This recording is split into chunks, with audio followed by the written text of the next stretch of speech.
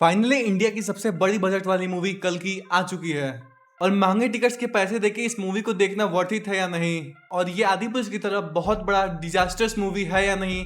तो आइए इस वीडियो में इन सब सवालों का जवाब जानते हैं। मैं Vivek, welcome to my channel movie Vivek. तो इस मूवी के बारे में बात करने से पहले चलिए इसकी कहानी की ओर नजर डाल लेते हैं। और इस मूवी की कहानी महाभारत काल के 6000 साल बाद यानी कि 2898 एडी की कहानी है। और इसमें महाभारत काल और फ्यूचर काल को जोड़ के दिखाया जा रहा है, जिसमें फ्यूचर में सुप्रीम लीडर यास्की से बॉम्बे की जंग हारने के बाद लोगों के लिए काशी ही बस ठिकाना के लिए बचा है, जहाँ पे रिसोर्सेज जिंदा है।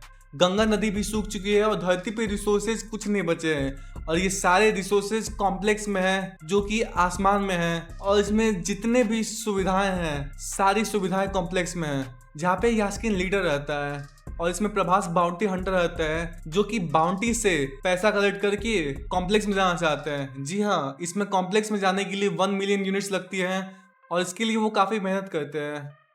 और बड़े टर्म्स में कहूँ तो इसमें गुड वर्सेस इविल की लड़ाई को दिखाई जा रही है एक ग्रैंड लेवल पे। और इस मूवी की कहानी का ज़्यादा स्पॉइलर ना देते हुए चलिए इस मूवी के रिव्यू के बारे में बात करते हैं। ये मूवी बाहुबली और सलार की तरफ मांस मसाला नहीं है जिसमें आपको बड़ी बड़ी तोप गाड़ियाँ उड़ती हुई दिखेंगी। ये मूवी महाभारत का सीक्वल है और इसकी कहानी उसी तरीके से दिखाई जा रही है। और डार्लिंग प्रभास के फैन थोड़े से नाखुश हो सकते हैं क्योंकि ये वन मैन शो नहीं है और इसमें मूवी उनकी चारों तरफ घूमते हुए नजर नहीं आ रहे हैं। वो स्टोरी के अंदर है और वो स्टोरी को आगे बढ़ाते हुए दिख रहा है।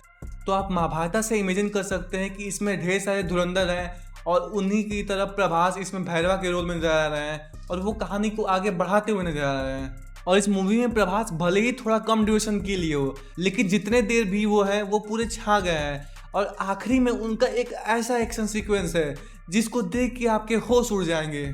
और इस मूवी में इंडियन सिनेमा के बड़े बड़े स्टार्स का कैमियो है और इसमें सबसे इंटरेस्टिंग कैमियो है एक आदमी का। जी हाँ, उसने प्रभास को 5 साल तक बंद करके रखा था। अगर आप नाम गेस कर चुके हैं तो नीचे कमेंट कर दीजिए। और इसका फर्स्ट हाफ आपको थोड़ा स्लो लग सकता है क्योंकि इसमें मूवी का बेस बनता है और इसकी कहानी का बिल्डअप होता है। और जैसे ही सेकेंड हाफ में इंटर करेंगे तो आपको जो एक्शन सीक्वेंस मिलेंगे एक के बाद एक एक्शन सीक्वेंस मिलेंगे जिससे आपके होश उड़ जाएंगे और आप दंग रह जाएंगे। और इस मूवी में अमिताभ बच्चन अश्वत्थामा के रोल में नजर आ रहे हैं और उनका एक एक लाइन उनकी बुलंद आवाज में आपके रोंगटे खड़े कर देंगे और आपको वर्ल्ड क्लास सिनेमा के बारे में बताएगा। जी हाँ, इस मूवी में नाग अश्विन ने अमिताभ बच्चन का क्या पोटेंशियल दिखाया है। आज तक अमिताभ बच्चन को इस तरीके से किसी ने नहीं दिखाया है। और इस मूवी में प्रभास और अमिताभ बच्चन का फाइटिंग सीक्वेंस है जिसको देख के आप थिएटर में बल्ले बल्ले करने लगेंगे। और इसमें अमिताभ बच्चन जब महाभारत काल की कहानी सुनाती है और ये मूवी जब फ्लैशबैक में जाती है ना तो मज़ा आ जाता है। जी हाँ, इसमें महाभारत के एरा को बहुत ही अच्छे से दिखाया गया है। और कई लोगों का मन में सवाल उठता है कि इस मूवी को 3D में देखें या 2D में। तो स्टार्टिंग के कुछ सीन ही आपको 3D में फील होंगे, बाकी पूरी मूवी नॉर्मल तरीके से चलती है। तो आप इस मूवी को 2D में भी देख सकते हैं। और इसके डायरेक्टर नाग अश्विन ने इस मूवी के छोटे छोटे डिटेल्स को बहुत ही अच्छे से ध्यान दिया है और उसको बनाया है। जैसे इसमें अश्वत्थामा जो कि महाभारत काल के हैं, इसमें उनकी हाइट 8 फुट 9 फुट दिखाई जा रही है और उसके पर्सपेक्टिव से मूवी को अच्छे से दिखाया गया है। और ऐसे ही कई छोटी छोटी चीज़ें जो कि नॉर्मल लोग नोटिस नहीं करते हैं उनको बखूबी दिखाया है। और इसका VFX CGI तो अमेजिंग है यार। और आइए इस मूवी के निगेटिव्स के बारे में बात कर रहे हैं। इसमें दिशा पटानी का रोल इस मूवी की कहानी को रोकता है और वहाँ पे आप थोड़ा बोर हो सकते हैं। और दूसरी कमी, इसमें अमिताभ बच्चन का महाभारत काल में कोई दूसरा एक्टर यूज़ नहीं हुआ है, तो इसमें उनका CGI दिखाया गया है। तो जब उसके डायलॉग्स आते हैं ना तो उसमें साफ दिख जाता है कि हाँ इसमें CGI है। बाकी आप इसको इग्नोर भी कर सकते हैं, बाकी इतना ज़्यादा नोटिस नहीं होगा। और ब्रह्मास्त्र की तरह इसमें भी कमल हसन का रोल बहुत ही कम दिखाया गया है और उसको नेक्स्ट पार्ट के लिए बचा के रखा गया है। और इसी मूवी के साथ डायरेक्टर नाग अश्विन कल की सिनेमैटिक यूनिवर्स का शुरुआत कर रहे हैं।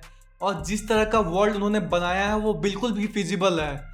और वो ट्राई कर रहे हैं कि इंडिया में भी Spiderman, iron man, captain America जैसे खुद के हीरो हो और खुद की कहानी हो।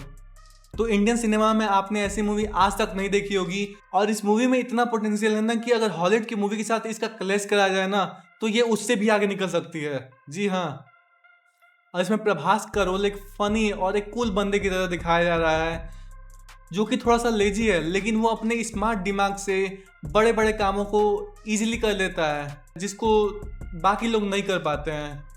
और इसमें दीपिका का करेक्टर इमोशन बनाने किया जाता है, लेकिन उनके करेक्टर के पोटेंशियल को सही से यूज नहीं कर पाया है। अगर आपने ड्यून मूवी देखी होगी तो वैसा इफेक्ट क्रिएट करने की कोशिश की गई है, लेकिन इसके मेकर्स कामयाब नहीं हो पाया है। और कमल हसन की तो बात ही मत करो, इस मूवी में उनका सीन जितना भी हो वो आपको किल करने के लिए काफ़ी है।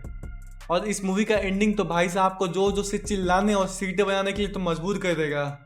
और इस मूवी से एक बहुत बड़ी बात पता चलती है कि अगर सही पर्सन को एक बड़ा बजट दिया जाए ना, तो उसका पोटेंशियली यूज कर सकता है, तो वो हिस्ट्री चेंज कर सकता है और इंडियन सिनेमा को ग्लोबल लेवल पे कॉम्पिटिट करने के लिए तैयार कर सकता है।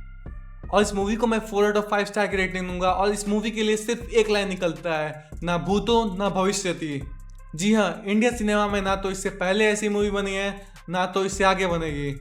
और इस मूवी ने जैसे इंडियन सिनेमा के सारे पैरामीटर्स तोड़ दिए हैं, तो इसी तरह ये बॉक्स ऑफिस का भी रिकॉर्ड तोड़ देगा। तो चलिए मिलते हैं अगले वीडियो में। सब्सक्राइब।